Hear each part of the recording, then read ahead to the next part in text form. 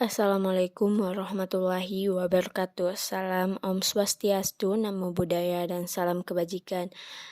Oke, baik. Di sini saya akan menjelaskan tentang materi selama ini di semester 1, yaitu tentang anatomi, fisiologi, dan genetika. Oke, sebaiknya itu sebelumnya saya menjelaskan tentang anatomi, fisiologi, dan genetika. Di sini saya akan memperkenalkan dulu ya. Oke, baik. Nama saya Nur Fadila dari kelas A dengan NIM 210405500013 dari Prodi Pendidikan Khusus Fakultas Ilmu Pendidikan Universitas Negeri Makassar. Yang pertama saya akan jelaskan tentang struktur dan fungsi tubuh manusia.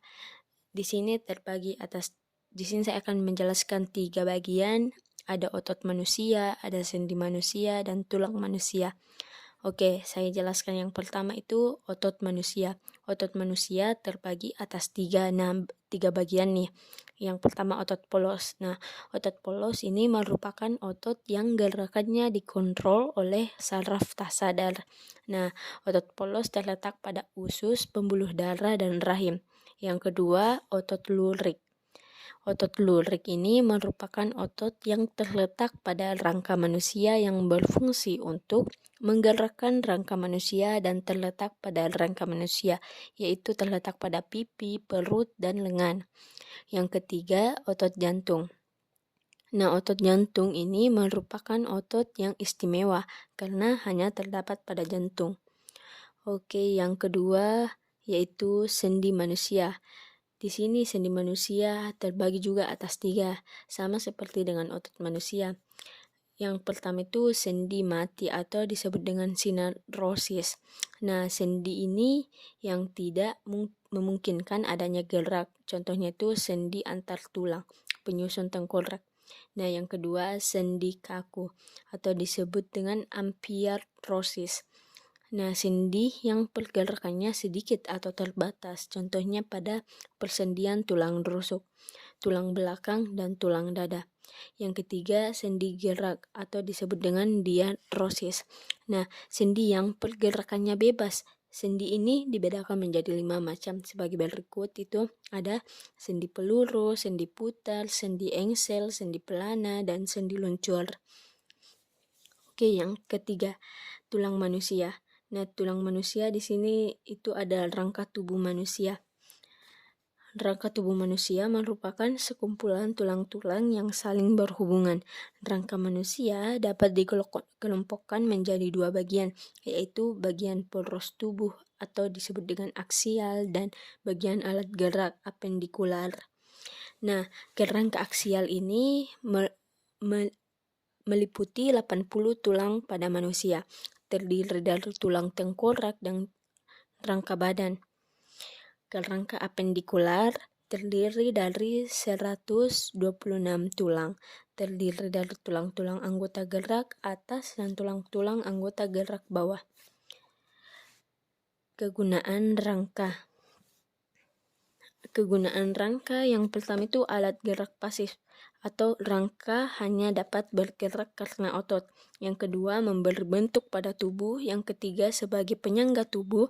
Yang keempat, tempat pembentukan sel-sel darah. Yang kelima, tempat melekatnya otot rangka. Dan yang keenam, melindungi organ dalam, misalnya jantung, hati, dan usus. Nah, di sini klasifikasi tulang terbagi juga 5. Ada tulang pipa, ada tulang pipi, tulang sesamoid, tulang tak beraturan, dan tulang pendek.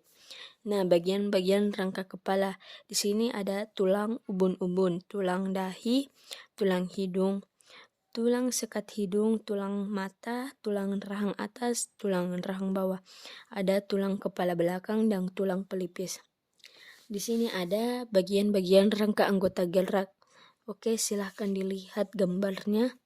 Ada tangan dan ada rangka anggota gerak bawah dan ada anggota gerak atas.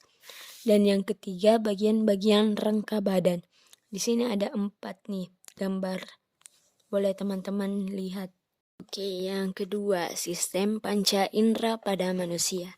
Nah, manusia ini memiliki sistem panca indera untuk mengetahui keadaan di luar. Disebut panca karena terdapat 5 indera yang masuk dalam sistem tersebut. Yang pertama, indera penglihatan atau mata. Mata ini sangat diperlukan oleh manusia dalam mengirim rangsangan untuk dikirim ke otak. Nah, rangsangan itu berasal dari apa yang kita lihat. Fungsi mata selain melihat ialah memusatkan perhatian pada suatu objek, menyesuaikan cahaya yang masuk, dan dapat digunakan sebagai media komunikasi.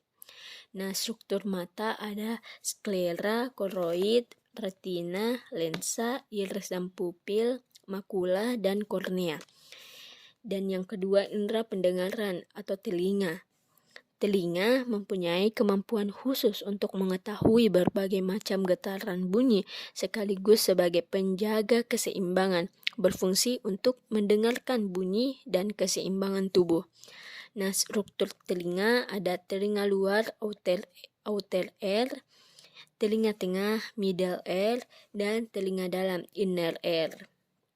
Oke, yang ketiga, indera peraba atau kulit. Nah, kulit ini menjadi bagian terluar yang ada pada tubuh manusia. Dengan kulit ini, kita akan merasakan berbagai macam hal. Bahkan, kulit bisa dijadikan sebagai pelindung tubuh manusia dari berbagai macam gangguan. Nah, kulit juga ini berfungsi sebagai tempat untuk mengeluarkan keringat, tempat menimbun lemak, pengatur suhu tubuh, dan tempat terbentuknya vitamin D. Nah, struktur kulit ada epidermis, dermis, dan hipodermis. Nah, indera perasa atau lidah. Lidah adalah organ tubuh manusia yang letaknya ada di dalam mulut atau lebih tepatnya berada di bagian bawah mulut. Nah, lidah termasuk organ tubuh yang memiliki tulang yang hanya terdiri dari kumpulan otot-otot. Lidah juga ini berfungsi sebagai perasa, membantu mengunyah makanan, membantu menyentuh, membantu menelan, melindungi mulut dari kuman, dan pembentuk huruf. Struktur lidah, ujung dan tepi lidah, punggung lidah, dan pangkal lidah. Indera penciuman. Yang kelima, indera penciuman atau hidung. Nah, hidung ini terletak di antara indera penglihatan yaitu mata. Alat indera ini sangatlah penting, terutama dalam mencium aroma. Hidung berfungsi sebagai alat pernapasan, mencium bau, dan menyaring udara. Nah, struktur hidung yaitu ada rongga bagian dalam dan rongga bagian atas. Oke, selanjutnya nih kita akan jelaskan tentang genetika manusia. Nah, genetika adalah ilmu yang mempelajari seluk-beluk alih informasi hayati dari generasi ke generasi. Oleh karena itu, cara berlangsungnya alih informasi hayati tersebut mendasari adanya perbedaan dan persamaan sifat di antara individu organisme. Tidak hanya persamaan saja, tetapi juga banyak perbedaan yang dapat kita temukan di antara orang tua dan juga anak-anaknya. Pewarisan sifat ini yakni penurunan sifat yang terjadi, di mana sang induk menurunkan beberapa sifat yang tampak sama dengan keturunannya atau anaknya. Oke, yang terakhir, sistema koordinasi. Di sini terbagi atas 3 bagian, yaitu otak manusia, sumsum tulang belakang, dan sistem syaraf tepi.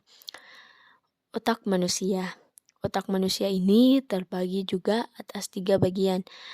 Yang pertama, otak besar atau cerebrum.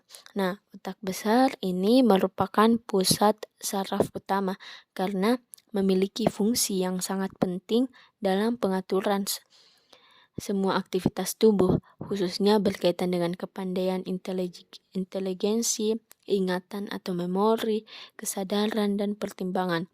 Nah, otak besar juga terbagi menjadi 4 bagian, yaitu ada lobus frontalis atau dahi, lobus parietalis atau ubun-ubun, temporalis atau pelipis, dan lobus occipital atau kepala belakang. Yang kedua, otak kecil. Nah, otak kecil ini merupakan bagian otak yang berada di bawah lobus kepala belakang atau lobus occipitalis dan berhubungan dengan leher bagian atas. Dan yang ketiga, batang otak. Batang otak adalah seikat jaringan saraf di dasar otak. Nah, ini juga berfungsi sebagai stasiun pemancar yang menghubungkan otak besar ke saraf tulang belakang, serta mengirim dan menerima pesan antara berbagai bagian tubuh dan otak. Batang otak terdiri dari 3 bagian utama, yakni otak tengah, pons, dan medula oblongata. Oke, yang kedua tentang sumsum tulang belakang. Sumsum tulang belakang ini yaitu sekumpulan saraf yang membantu kinerja otak terkumpul di dalam saraf tulang belakang yang terlindungi oleh tulang belakang. Sistem ini memungkinkan otak menyampaikan ke tubuh. Sumsum tulang belakang dilindungi oleh ruas-ruas tulang belakang yang terdiri dari 33 ruas. Ini juga berfungsi sebagai menyampaikan impuls sensorik dari sistem saraf tepi menuju ke otak, menyampaikan impuls motorik dari otak ke berbagai efektor seperti otot rangka atau lurik, otot jantung, otot polos dan kelenjar, dan sebagai pusat gerak refleks. Oke, yang ketiga yaitu sistem saraf tepi. Nah, sistem saraf perifer atau saraf tepi dibagi menjadi 2 cabang, yaitu sistem saraf somatik dan sistem saraf otonom. Nah, sistem saraf somatik ini merupakan sistem motorik yang semua sistem saraf ke otot, sedangkan sistem saraf otonom merupakan sistem saraf yang mewakili persarafan motorik dari otot polos, otot jantung, dan sel-sel kelenjar. Oke, baik, itulah tadi materi tentang dari semester 1 tentang anatomi, fisiologi, dan genetika. Sekian dari saya, kurang dan lebihnya mohon dimaafkan. Wabillahi taufik wal hidayah. Wassalamualaikum warahmatullahi wabarakatuh.